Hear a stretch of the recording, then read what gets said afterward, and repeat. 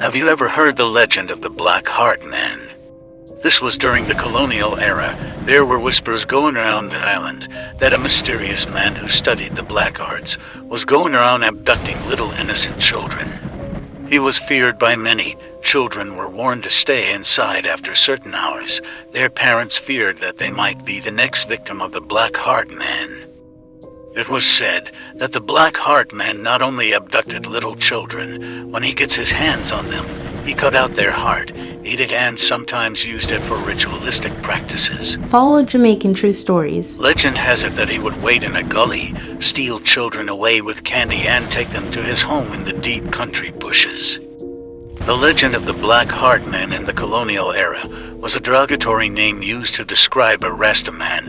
In those days, the Rasta movement was still new. People did not understand their way of life, and many feared them. What people didn't understand, they cursed. Over the years, people's perception of the Black Heart Man changed as they got used to the Rasta community, but that didn't stop them from using the legend to scare little children into submission. Like, follow, and share Jamaican true stories for more.